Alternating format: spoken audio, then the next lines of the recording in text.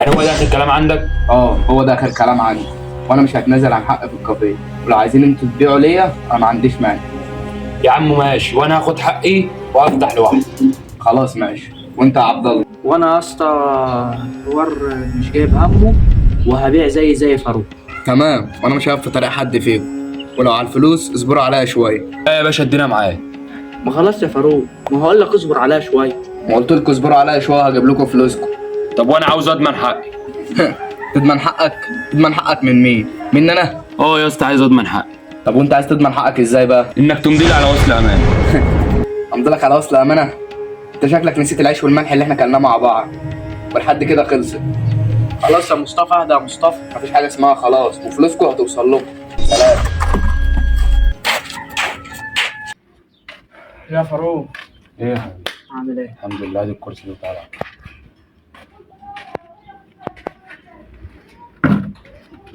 يا فاروق عامل ايه؟ الحمد لله والله يا اسطى، بس في ايه كده؟ وشك مقلوب ليه؟ والله يا صاحبي في حوار مجنني كده، اقسم بالله ما عارف اعمل ايه. طب احكي يا عم، في ايه؟ لا يا اسطى ما تشغلش بالك انت. يا عم احكي يا عم، احنا اخوات، واللي يزعلك يزعلني. حبيبتي يا اسطى مالها حبيبتك ايه؟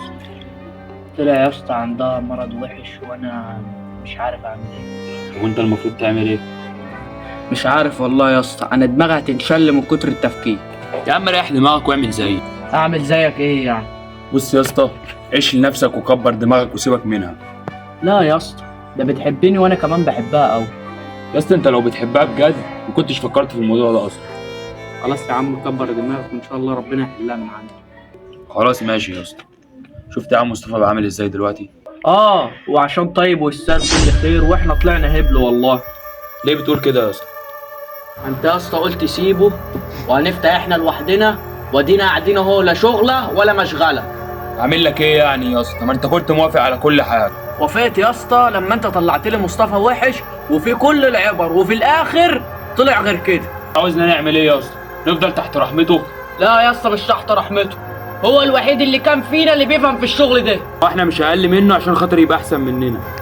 يا عم خلاص الموضوع خلص من بدري، المفروض كل واحد فينا يروح يشوف مستقبله. انا يا ابني مش محتاج حاجه عشان خاطر امن مستقبلي، ربنا يخلي لي ابويا وفلوس ابويا، انما انت بقى روح شوف امن مستقبلك انت.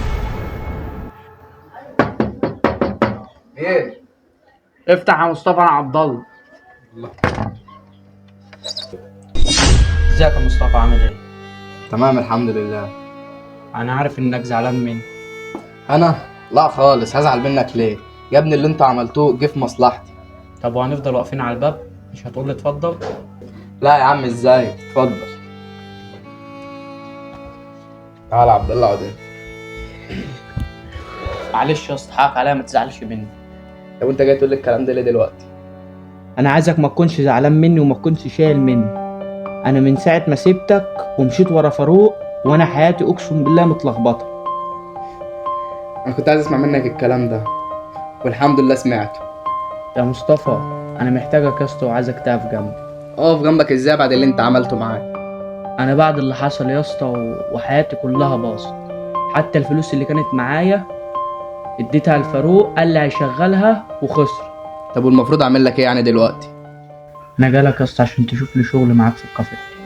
ماشي يا عبد الله، انا مسامحك، وهشوف لك كمان شغل معايا في الكافيه. بس قبل كل ده عايزك تحكي لي اللي حصل معاك.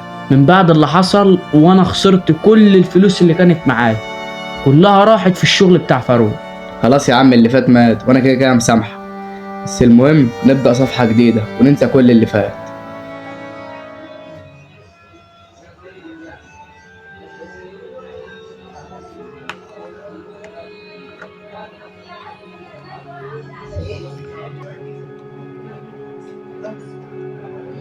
عبد الله خد، عايزك. حاضر جاي لك اهو.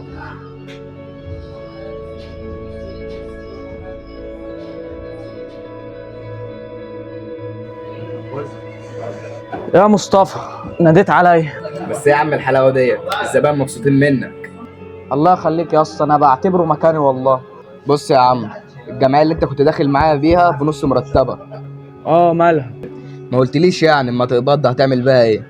والله لسه ما اعرفش اعمل بيها ايه لحد دلوقتي. بس انت بتسأل ليه؟ مفيش يا عم، اصل انت اللي عليك الشهر ده تقدر.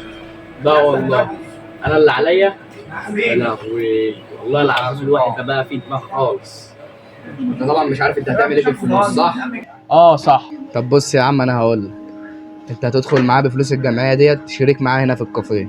ازاي يا عم؟ ده المبلغ صغير قوي، وغير كده انت مش محتاجه. بص يا عبد الله، انت جدع وتستاهل كل خير، عشان كده ما لازم نرجع زي الاول. والله يا صاحبي مش عارف اقول لك ايه. والله انت اللي جدع يا عم. والله ما عارف من غيرك كنت عملت ايه. يا عم ما تقولش كده، احنا اخوات. بس في شرط. شرط؟ شرط ايه؟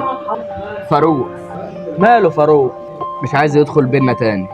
صدقني يا مصطفى، فاروق بالنسبه لي خلاص. ماشي يا عم، وانا مصدقك. يلا روح دلوقتي وتعالى بكره بدري عشان نروح للمحامي. خلاص ماشي، انا همشي انا بقى. هتعوز حاجه؟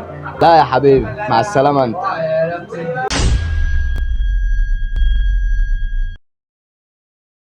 حلو قوي. خلاص انا كده خلصت منك يا عبد الله. كده الدور على مصطفى بقى. الو يا محمود، انا عاوزك تسمع الكلام ده مني وتنفذه بالحرف الواحد. امين؟